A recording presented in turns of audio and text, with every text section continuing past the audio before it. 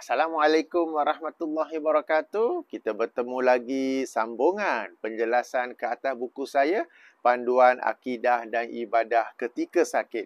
Kita sekarang dalam bab yang ekstra, iaitu keutamaan ziarah pesakit. Tuan-tuan dan puan-puan, kita tidak akan tahu betapa pentingnya, betapa membahagiakan bila kita menziarahi orang yang sakit, sehinggalah kita sendiri yang sakit, kita sendiri yang terlantar di atas katil hospital ke rumah ke, dalam ward ke mana ke, lalu ada orang datang ziarah kita. Maka kita akan rasa gembira. Kalau tidak, kita macam, orang sebelah tu family datang ziarah. Orang sebelah tu kawan datang ziarah. Aku ni tak ada orang datang ziarah ke? Jadi tuan-tuan dan puan-puan, ziarah ini adalah satu perkara yang penting kerana ia menggembirakan, ia menceriakan orang yang sakit. Dan kita juga sama-sama tahu bahawa orang yang sakit ni apabila emosinya, apabila jiwanya gembira, insya-Allah penyakit fizikalnya pun akan cepat sembuh dengan izin Allah. Jadi tuan-tuan dan puan-puan, kita sebenarnya tak perlulah nak tunggu sakit, masuk ward baru nak mengetahui keutamaan ziarah. Kita sebenarnya boleh juga membaca hadis-hadis tentang keutamaan ziarah pesakit untuk kita mengetahui betapa pentingnya, ya. Jadi ini satu perkara yang mungkin sebahagian kita sebab tak pernah masuk ward, tak pernah sakit. Lalu bila ada orang sakit ke apa ke, kita macam pandang remeh, tak yalah aku WhatsApp dia cukuplah. Aku hantar gambar senyum cukuplah. Aku hantar bunga saja cukuplah. No, it makes a difference when you yourself make the effort to look for parking, to go to the hospital and come and visit and say some kind words to the patient, ya. Anda akan membuat satu perbezaan yang besar apabila anda sendiri yang berusaha untuk datang ziarah, cari parking, kena pula kalau hospital kerajaan kan. Alright, parking tak ada kan. Kemudian datang ziarah, mengucapkan kata-kata yang baik, kata-kata yang positif, kata-kata yang memberi motivasi. Semua itu ada beza yang mengembirakan emosi pesakit, yang apabila emosinya pun gembira, insya-Allah penyakit fizikalnya pun akan lebih cepat sembuh dengan izin Allah, ya. Cuma bagi ziarah pesakit ini, kita kata ziarah pesakit yang tidak ada penyakit berjangkit. Jika ada penyakit berjangkit seperti COVID-19 sekarang ini, maka mungkin tidak sesuai untuk ziarah. Tetapi kita ada option lain seperti WhatsApp, video call, ataupun video call dengan apa cara lain, ya. Tapi bagi pesakit yang lain, penyakit yang lain, sangat dianjurkan untuk menziarahi mereka. Baik, antara keutamaannya, ya, dalam video yang lepas saya telah bacakan dua hadis tentang keutamaan ziarah pesakit. Maka pada ketika ini, pada video ini saya ingin berkongsi sebuah lagi hadis bahawa orang yang ziarah pesakit ni, ketika dia sedang ziarah itu, dia sebenarnya umpama sedang berada di dalam sebuah taman syurga. Okey? Baik, kita sekarang di muka surat 259 bagi buku ini. Sesiapa yang berminat beli buku ini, sila rujuk video dalam siri ini, dalam playlist siri penjelasan buku ini. Lihat video pertama di bahagian description. Saya ada bagi link untuk beli edisi bercetak ataupun hendak buat turun edisi percuma. Baik, kalau percuma tu edisi PDF lah. Okey, kita sekarang di muka surat 259. Di mana Rasulullah SAW bersabda dalam sebuah hadis daripada Sahih Muslim. Baginda bersabda, "Man ada maridon lam yazal fi khurfatil jannati hatta yarji'a." Sesiapa yang menziarahi orang sakit, maka ketika dia sedang ziarah itu, dia sentiasa berada dalam sebuah taman syurga sehinggalah dia pulang. Itu dia, begitu besar keutamaan apabila kita ziarah pesakit, ya. Dalam sebuah hadis yang lain pula, Sahih Muslim juga, baginda sallallahu alaihi wasallam bersabda, "Man ada maridon lam yazal fi khurfatil jannah." Qila, lalu seseorang bertanya. Baik, sebelum tu baginda bersabda, sesiapa yang menziarahi orang sakit, dia sentiasa berada dalam taman syurga, ya, ketika sedang ziarah itu. Qila, lalu seseorang berkata atau seseorang bertanya, "Ya Rasulullah, wa ma khurfatul jannah?" Wahai Rasulullah, apakah itu taman syurga? Qala janaha, ya, taman yang kita dapat petik buah-buahannya, ya. Ya, jadi itulah pentingnya, ya. menziarahi pesakit. Ketika kita sedang ziarahnya, kita umpama sedang berada di dalam taman syurga. Tuan-tuan dan puan-puan, ziarah pesakit ni kadang-kadang kita buat macam-macam alasan. Alah, hospital lah susah cari parking. Alah, hospital kerajaan lagi susah. Aku tak tahan lah bau hospital. Aku tak tahan lah bau ubat. Tak naklah hospital tu kan air conditioning system dia, filtration tak bagus. Aku ni sihat, aku pergi ziarah orang sakit, aku pun jadi sakit. Ada macam-macam alasan lain ya. Tapi kalau kita faham bahawa apabila kita pergi ziarah orang sakit, kita sebenarnya berada dalam taman syurga. Selama kita menziarahinya, sudah tentu semua alasan-alasan itu kita dapat tepis ke tepi dan kita akan berusaha sungguh-sungguh untuk ziarah orang yang sakit. Baik, di sini timbul soalan, ziarah ni mesti ahli keluarga saja ke siapa-siapa boleh? Bagaimana jika berbeza jantina? Okey, berbeza jantina. Dibolehkan juga ya. Kita ada sebuah hadis yang telah saya kemukakan dalam buku ini. Baik. Okey, hadis ni agak panjang. Hadis riwayat Imam Ahmad dalam musnadnya dan dinilai sahih oleh Syekh Syuaib Arnaud dan rakan-rakannya dalam semakan mereka ke atas musnad Ahmad.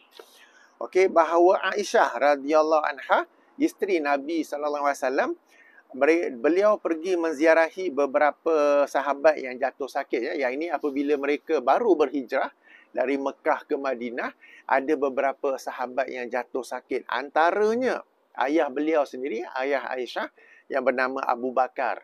Kemudiannya Amir bin Fuhairah, pembantu Abu Bakar serta Bilal. Lalu Aisyah meminta izin Nabi sallallahu alaihi wasallam untuk menziarahi mereka dan baginda pun mengizinkannya. Jadi berdasarkan hadis ini dibolehkan ziarah meskipun berbeza jantina. Dalam kes ni ya, wanita yang pergi ziarah lelaki ya. Okey, cuma hendaklah diperhatikan bahawa ziarah tersebut kita kata terpelihara daripada fitnah, terpelihara daripada apa-apa lain seperti contoh memang betul-betul nak ziarah lah, betul-betul nak berdoakan ke, betul-betul nak bagi kata semangat. Okey, dan apabila ziarah itu juga pesakit dalam keadaan menutup aurat. Sebab kadang-kadang dalam keadaan sakit itu ada aurat yang tersingkap ke apa ya. Baik, itu yang pertama. Yang kedua, bagaimana pula hukum ziarah kepada pesakit yang bukan beragama Islam? Dalam kes ini sebenarnya boleh juga. Kita tahu kes yang masyhur bagaimana Rasulullah SAW sentiasa berusaha berdakwah, mendakwahi pakciknya Abu Talib sehinggalah pakciknya pun sakit. Baginda datang ziarah dan mengajaknya untuk masuk Islam. Kita ada juga sebuah hadis lain dalam buku ini juga pada muka surat 267. Muka surat 267 ya, daripada Anas bin Malik. Hadis ini riwayat Imam Abu Daud. Okey, bahawasanya saya baca terjemahan saja. Bahawasanya anak kepada seorang Yahudi sedang sakit. Maka Nabi SAW datang menziarahinya dan duduk di sebelah kepalanya. Baginda berkata kepadanya, masuklah Islam. Maka anak tersebut melihat kepada ayahnya, sementara ayahnya juga berada di sebelah kepalanya. Lalu ayahnya berkata, ta'atilah Abul Qasim. Abul Qasim ni gelaran kepada Rasulullah SAW. Maka anak tersebut masuk Islam. Nabi SAW lalu berdiri dan mengucapkan, segala puji bagi Allah yang telah menyelamatkannya dari neraka melalui aku. Jadi berdasarkan hadis ini kita dapat contoh bagaimana Rasulullah SAW menziarahi seorang Yahudi, anak dia yang sakit ya. Jadi ada beberapa pengajaran. Yang pertama, dibolehkan ziarah kepada orang bukan Islam sekalipun. Tuan-tuan dan puan-puan, dalam perkara ini kita agak kerap mendengar ya bagaimana mubalih, missionary agama lain, mereka datang ziarah ke hospital ya, datang ziarah dan sambil ziarah itu mereka ajak orang yang mereka ziarah itu untuk masuk Kristian ke apa, masuk agama Kristian, ataupun kalau tak ajak pun mereka membuat kebaikan. Mereka bertanya khabar, mereka mendoakan kepada Jesus Christ ke apa semua tu kan. Yang itu semua melembutkan hati yang orang yang di dalam hospital tu yang mungkin tak ada orang pun nak ziarah aku. Anak aku pun tak ziarah. Lalu dia pun tertarik ke arah ajaran mereka. Kita orang Islam pun sebenarnya boleh berbuat demikian. Patut berbuat demikian. Okay? Daripada kita hanya merungut aja, dia orang ni NGO agama lain ni aktif betul lah. Padahal kita duduk rumah duduk main lambung anak ya. Bukan salah lambung anak, tapi asyik dengan anak isteri saja. Hal ehwal agama, hal ehwal umat Islam, hal ehwal dakwah kita tak perhatikan. Tapi yang peliknya kita duk komplain, NGO ni dia orang ni banyak masa lapang ke? Tak ada. Dia orang tu ada kerja juga. Tapi masa yang ada tu dia orang usahakan time management. Bahagikan masa untuk lakukan misi-misi dakwah mereka. Kita umat Islam juga patut berusaha melakukan sesuatu untuk agama kita juga. Jangan duk lambung anak ya. Lambung anak golek dengan isteri. Lambung anak golek dengan isteri. Lepas tu duk fikir, kenapa Islam ni ditindas ya? Kenapa Islam ni macam tak maju ya? Padahal anda sendiri sebagai seorang Muslim tak buat apa-apa. Okeylah gitu. Okay. Jadi sesuatu yang patut difikir. Itu yang pertama. Yang kedua, Rasulullah SAW ziarah orang bukan Islam, bukan sekadar bukan Islam, tetapi Yahudi ya.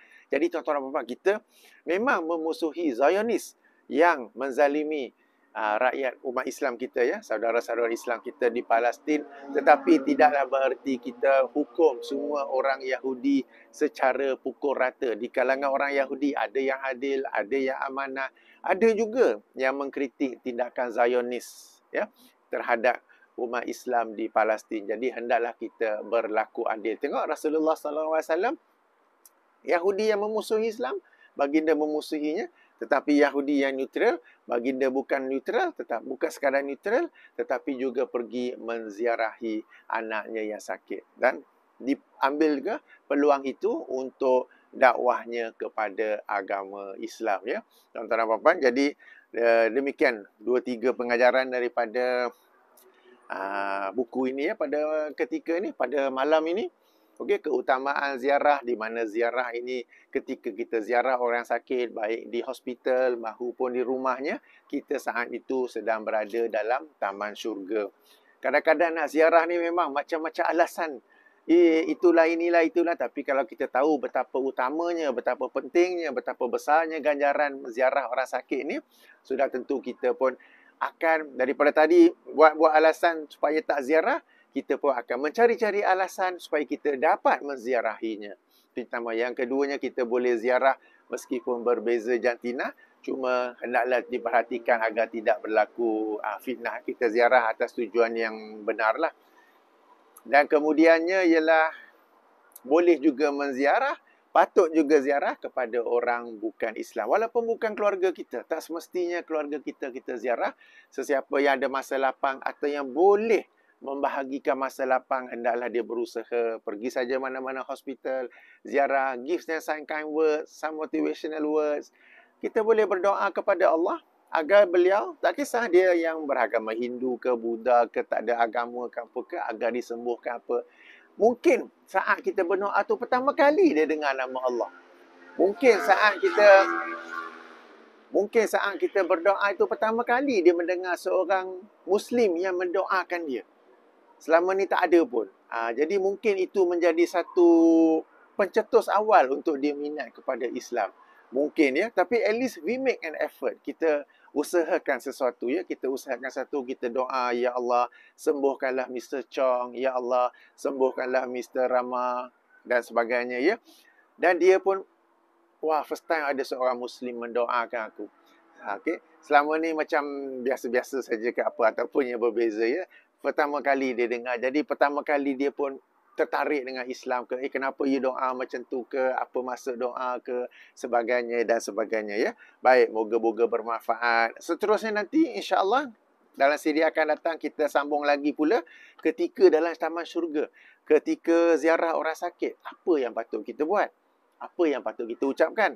Masyarakat kita kalau biasa baca Yasin. Sebenarnya apa sunnah Nabi SAW apabila menziarahi orang sakit? Kita jumpa lagi nanti insya-Allah ya. Subhanakallahumma wa bihamdika asyhadu an la ilaha illa anta astaghfiruka wa atubu ilaika.